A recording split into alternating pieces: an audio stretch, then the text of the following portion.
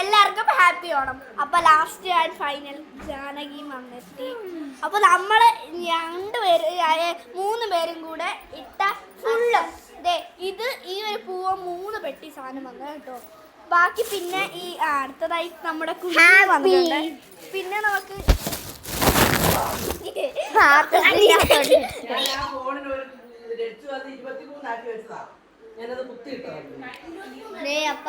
നമ്മൾ ഇത്രയും നേരം കാണിച്ച ലീലാവിലാസങ്ങളാണ് ഞങ്ങള് കാണിച്ച.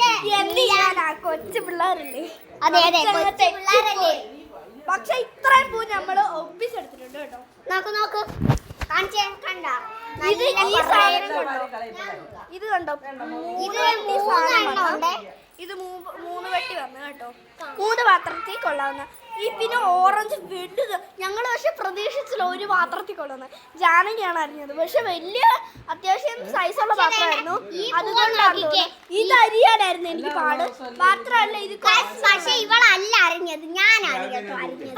ഇവള് അതിന്റെ ഇടയ്ക്ക് വേറെ പണിക്ക് പോയി. ഞാൻ പിന്നെ അതെടുത്ത് കറക്റ്റ് ഞാൻ അറിഞ്ഞോണ്ടിരുന്ന ഈ പൂവായിരുന്നു. ഇതെന്ന് വെച്ചാൽ അതിന്റെ പേരെന്തുവായിരുന്നു? ഏതോ ഒരു പേരായിരുന്നു. എനിക്ക് കാണിച്ചു തരാം എന്തുവായാലും. ഞാൻ അറിഞ്ഞ റോസ, പിന്നെ ഞങ്ങൾ അറിഞ്ഞ റോസാപ്പൂ. റോസാപ്പൂക്കെ മെയിനാണ് നമ്മുടെ.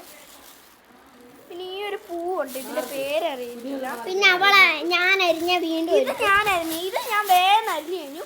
അവിടെ ഞാൻ അവിടെ മറ്റേ പിന്നെ വേണ്ടേ ഇതുവരെ തൊട്ടാവാടി എന്ന് പറയുന്നത്. തൊട്ടാവാടി അല്ലല്ലോ, എന്തോടി പേരിന്റെ പൂവിന്റെ പേര് എനിക്ക് അറിയില്ല. അങ്ങനെ വേണ്ട ഈ പൂ.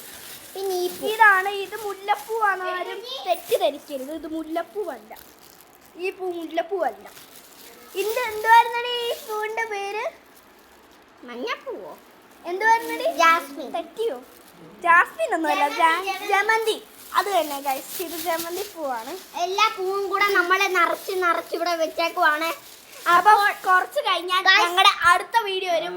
അത് മാത്രമല്ല ഹാപ്പി ഓണം എല്ലാവർക്കും ബൈ. അടുത്ത വീഡിയോ വരുന്നവരെ വെയിറ്റ് ചെയ്തിരിക്കുക. അപ്പൊ എല്ലാരും രാത്രി അത്തം ഇടുമോ? അപ്പൊ ശരി.